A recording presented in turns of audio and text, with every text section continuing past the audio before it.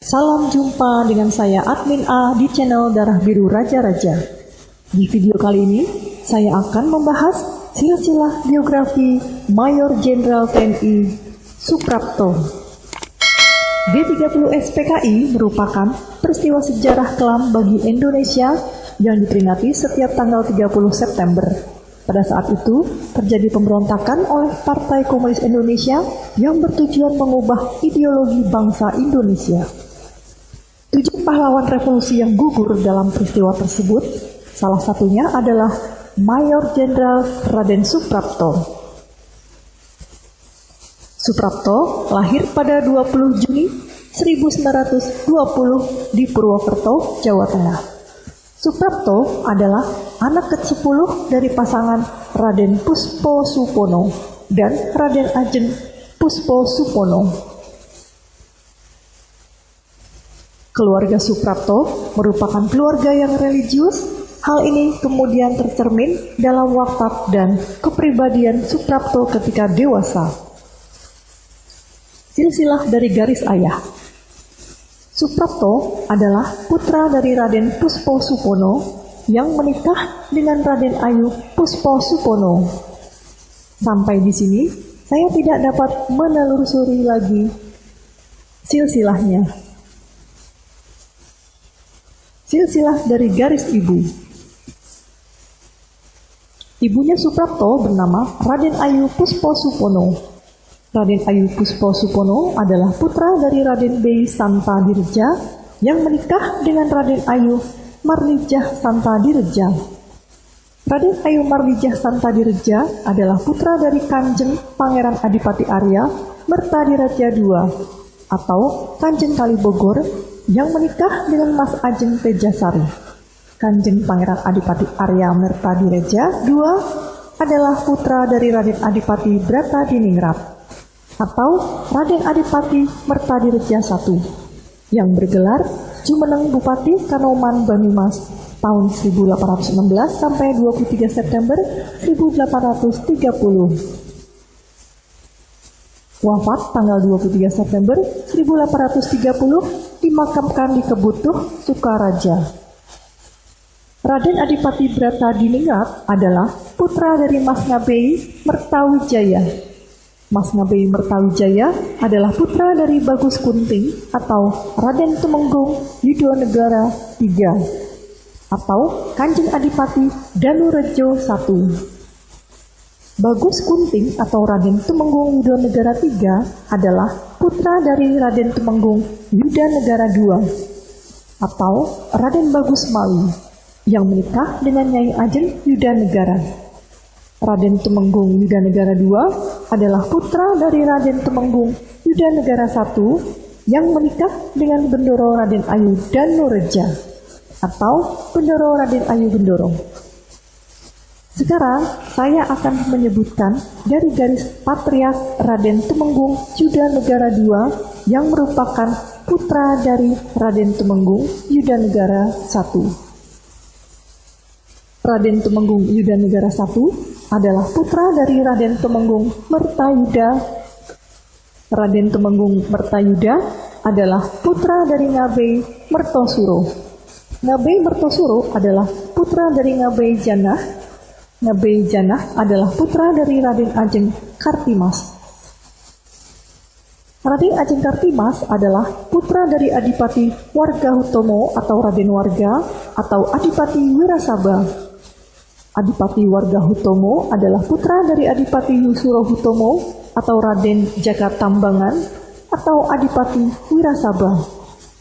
Adipati Surohutomo adalah putra dari Adipati Wirohutomo IV atau Raden Jaka Surawin atau Adipati Wirasaba. Adipati Wirohutomo IV adalah putra dari Adipati Wirohutomo III atau Raden Jaka Hurang atau Adipati Wirasaba. Adipati Wirohutomo III adalah putra dari Adipati Wirohutomo I atau Raden Jaka Katuhu.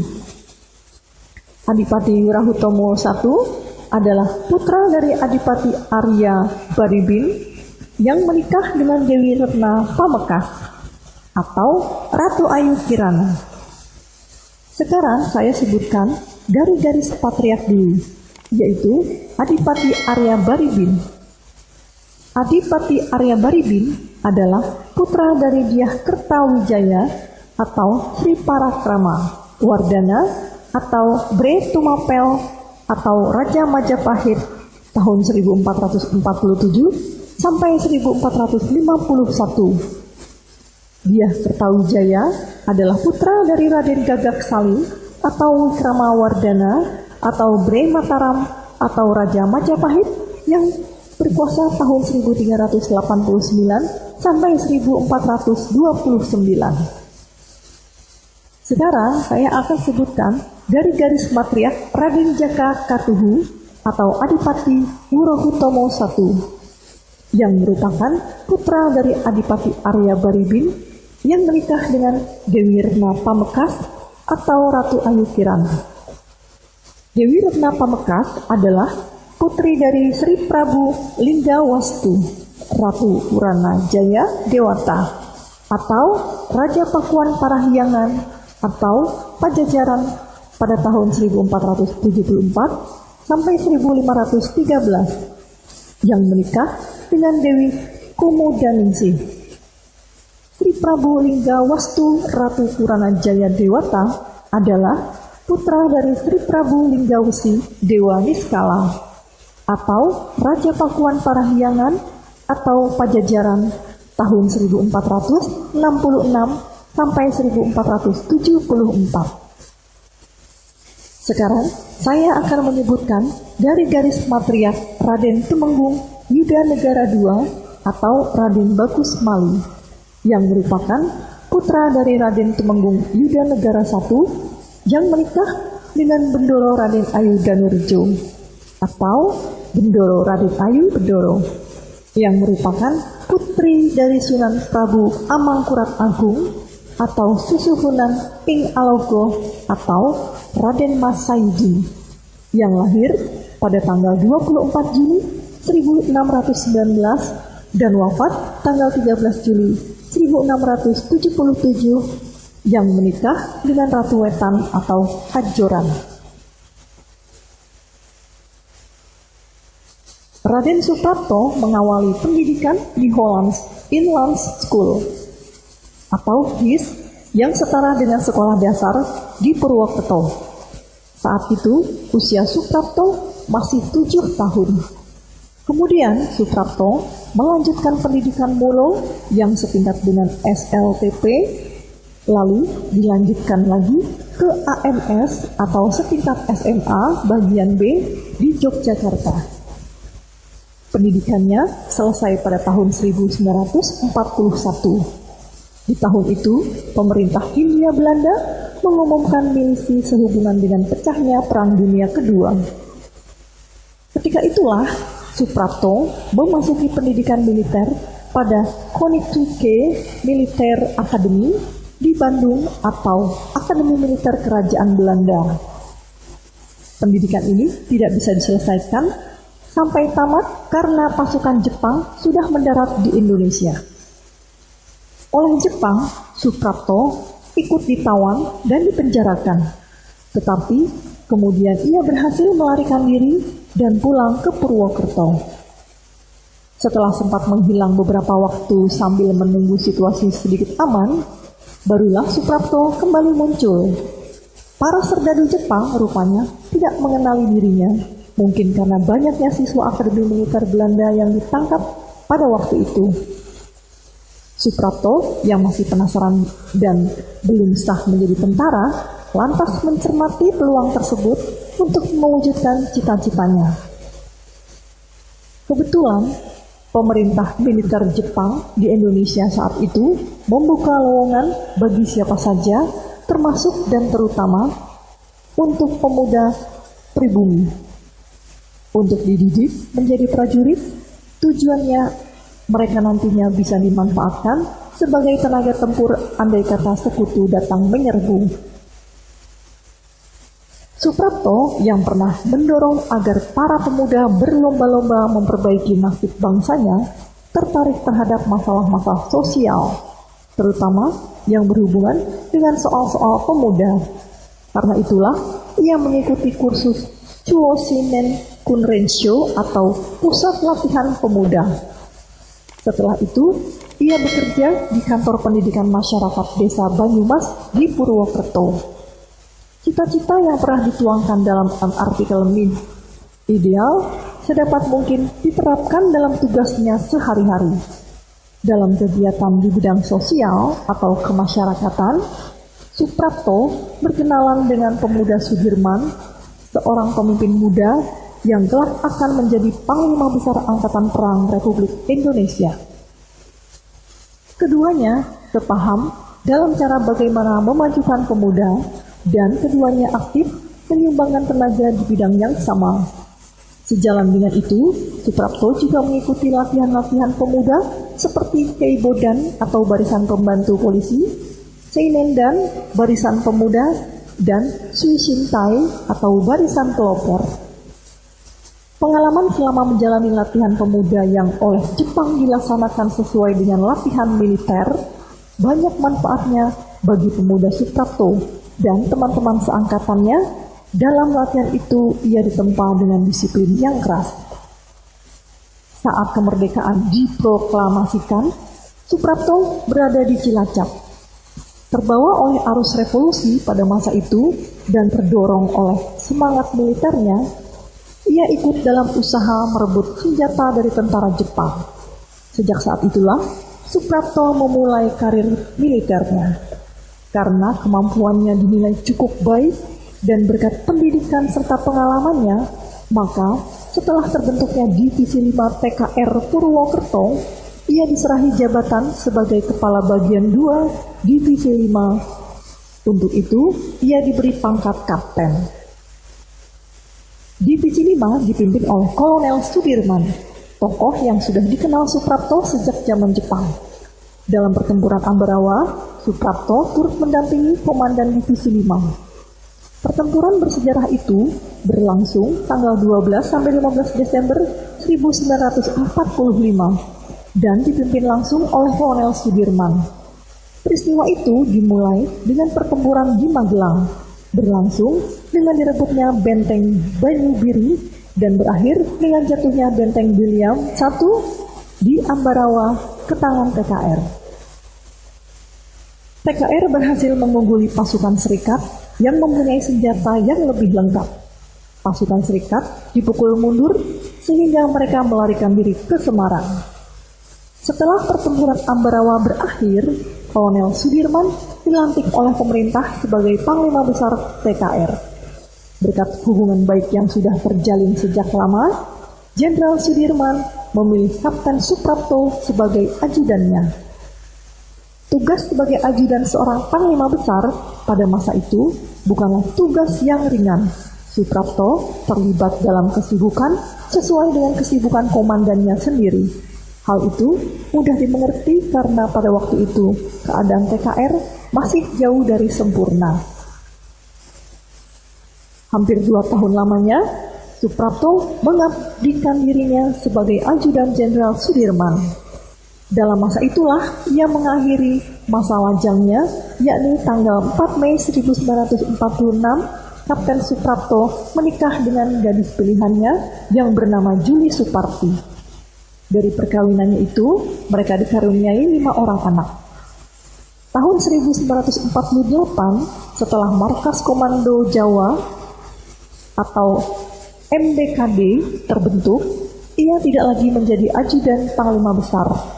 Dengan pangkat mayor, Suprapto diangkat menjadi Kepala Bagian 2 MBKD yang ketika itu dipimpin oleh Kolonel A.H. Nasution dan berkedudukan di Yogyakarta. Ternyata jabatan itu tidak lama dipangkunya.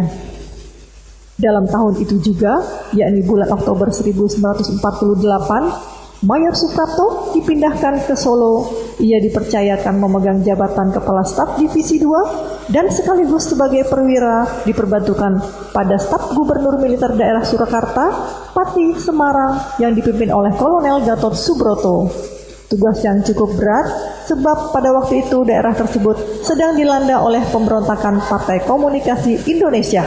Setahun kemudian, ketika perang kemerdekaan berakhir, dan dislokasi pasukan TNI ditata kembali, Suprapto dipindahkan ke Semarang. Jabatan yang dipangkunya adalah Kepala Staf Teritorium 4 di Ponegoro. Sementara itu, pangkatnya sudah dinaikkan setingkat menjadi Letnan Kolonel. Menjelang akhir Desember 1950, karir militernya semakin meningkat. Suprapto ditarik ke Jakarta. Jabatan baru telah menunggu di Staf Umum Angkatan Darat, yaitu sebagai Kepala Bagian 2. Setahun kemudian, ia diserahi jabatan sebagai asisten pertama Kepala Staf Angkatan Darat. Pada waktu yang hampir bersamaan, Letnan Kolonel Suprapto juga memegang jabatan sebagai Wakil Kepala Staf Angkatan Darat. Jabatan rangkap ini cukup berat dan menyita banyak perhatian dan tenaga. Pada waktu itu, Angkatan Darat sedang menghadapi gangguan keamanan dalam negeri yang ditimbulkan oleh golongan federalis. Dengan memperalat bekas-bekas knil, mereka mencetuskan pemberontakan di Bandung, di Ujung Pandang, dan di Maluku. Di samping itu, timbul pula gangguan keamanan yang dilakukan oleh Darul Islam atau Tentara Islam Indonesia atau DITII. 2 tahun lamanya, Letnan Kolonel Suprapto menjalankan tugas sebagai Wakil Ksat. Dalam bulan Desember 1953, ia diperintahkan menyerahkan jabatan itu kepada Kolonel Zulkifli Lubis. Sesudah itu, ia ditempatkan di Kementerian Pertahanan sebagai perwira menengah, diperbantukan pada Menteri Pertahanan. Beberapa bulan kemudian, ia dipindahkan lagi dan diperbantukan pada Sekretaris Jenderal Kementerian Pertahanan. Terhitung tanggal 1 Juli 1954, pangkatnya dinaikkan lagi setingkat menjadi kolonel. Perpindahannya secara resmi dari Staf Umum Angkatan Darat ke Kementerian Pertahanan baru terjadi pada tanggal 1 Januari 1956. Ketika Kolonel Suprapto ditunjuk sebagai Sekretaris Gabungan Kepala Staf atau GKS, makin tinggi kedudukan seseorang, maka makin tinggi kemampuan yang dituntut oleh jabatannya itu. Karena itulah, ia diberi kesempatan untuk mengikuti kursus C, Sekolah Staf, dan Komando Angkatan Darat atau SSKAD di Bandung. Kursus yang berlangsung selama beberapa bulan itu diikuti mulai tanggal 6 Agustus 1956. Selesai mengikuti kursus SSKAD, ia diserahi jabatan baru sebagai Deputi Ksat atau Deksat untuk wilayah Sumatera dan berkedudukan di Medan. Dalam kedudukan tersebut, pangkat bintang emas 1 yakni Brigadir Jenderal terletak di atas bahunya mulai tanggal 1 Januari 1960. Tugas yang dipikulnya tidak dapat dikatakan enteng. Waktu itu, wilayah Sumatera baru saja keluar dari kemelut yang ditimbulkan oleh pemberontakan Pemerintah Revolusioner Republik Indonesia atau Perjuangan Semesta, PRRI Permesta. Brigjen Suprapto harus bekerja keras untuk menjaga agar pemberontakan seperti itu tidak terulang kembali. Pendekatan dan kerjasama dengan semua aparat pemerintah harus dibina sebaik-baiknya. Ia harus bijaksana menghadapi tokoh-tokoh TNI yang terlibat PRRI yang pada masa perang kemerdekaan seperti ia sendiri berjuang untuk mempertahankan negara dan bangsa. Hal itu diperlukan karena Republik Indonesia sedang dalam proses meningkatkan perjuangan merebut kembali Irian Barat yang masih dikuasai oleh Belanda. Berkat pengalamannya yang cukup matang, Suprapto berhasil melakukan pendekatan-pendekatan pribadi dengan tokoh-tokoh tersebut. Karena keberhasilan itu, ekses dari pemberontakan yang baru saja berakhir itu tidak menimbulkan ketegangan baru. Setelah hampir 2 tahun bertugas di Sumatera, Brigadir Jenderal Suprapto ditarik kembali ke Jakarta pada bulan Juli 1962. Jabatan Deputi Administrasi Menteri Panglima Angkatan Darat menantinya di Markas Besar Angkatan Darat. Bintangnya semakin terang, dan dalam jabatan yang terakhir ini, pangkatnya dinaikkan menjadi Mayor Jenderal terhitung mulai Juli 1963. Pada tanggal 1 Oktober 1965, ia dijemput dari kediamannya oleh pasukan Cakrawirawa yang sudah disusupi PKI yang dipimpin oleh Serka Sulaiman dengan alasan dipanggil Presiden Soekarno. Tidak ada anggota keluarga lain yang tahu karena sudah terlelap tidur.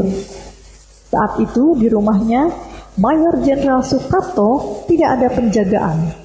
Regu penculik yang berangkat dengan sedikit personel menggunakan sebuah truk. 19 orang ini kemudian dibagi-bagi menjadi beberapa kelompok kecil yang berjaga di sekeliling rumah. Majen Suprapto yang kebetulan malam itu tidak bisa tidur karena giginya baru saja dicabut, keluar rumah dengan hanya mengenakan sarung, sandal, dan kaos oblong. Kopral II Suparman menyambut Suprapto dan mengatakan bahwa Presiden ingin segera bertemu. Suprapto meminta izin untuk berganti pakaian, namun tidak diizinkan dan langsung saja dibawa ke dalam truk Toyota. Sebelum pergi, para penculik juga sempat merusak telepon di rumah Mayor Jenderal Suprapto. Menurut pengakuan Ratna Purwatri, putri sulung Suprapto, tidak ada pengawal yang menjaga rumah mereka pada malam tanggal 30 September 1965. Saat Umar Wirahadikusumo datang ke rumah kediaman Suprapto, yang pada saat itu menjadi Panglima Kodam Jaya, dan mengabarkan bahwa Suprapto diculik gerombolan PKI. Demikian cerita Ratna seperti dikutip di Tempo tanggal 1 Oktober 2007. Mayor Jenderal Suprapto ternyata tidak pernah kembali ke rumah sejak saat itu. Tanggal 3 Oktober 1965 dini hari, raganya sudah tidak bernyawa ditemukan bersama jenazah sejumlah petinggi Angkatan Darat lainnya di dasar sumur di daerah Lubang Buaya, Jakarta Timur. Baru pada tanggal 5 Oktober 1965, jenazah Mayor Jenderal Suprapto bersama 5 jenderal dan 1 perwira TNI Angkatan Darat dimakamkan di Taman Makam Pahlawan Kalibata yang bertepatan dengan hari jadi TNI ke-20. Di hari itu juga, Presiden Soekarno mengeluarkan keputusan Presiden nomor 111/Koti/1965 yang menetapkan bahwa Mayor Jenderal Suprapto bersama korban Lubang Buaya yang lain sebagai pahlawan revolusi. Secara anumerta, pangkatnya juga dinaikkan menjadi Letnan Jenderal Anumerta. Pada tahun 1946, Suprapto menikah dengan Juli Suparti dan memiliki 5 orang anak. Yang pertama, Ratna Purwati, lahir tahun 1947. Yang kedua, Sri Lestari, lahir tahun 1950. Yang ketiga, Pujadi Setia Dharma, lahir tahun 1955. Yang keempat, Asung Pambudi Budi Dharma, lahir tahun 1957. Dan yang kelima, Arif Prihadi Aji Dharma, lahir tahun 1960. Demikianlah silsilah biografi Mayor Jenderal Raden Suprapto yang dapat saya sampaikan.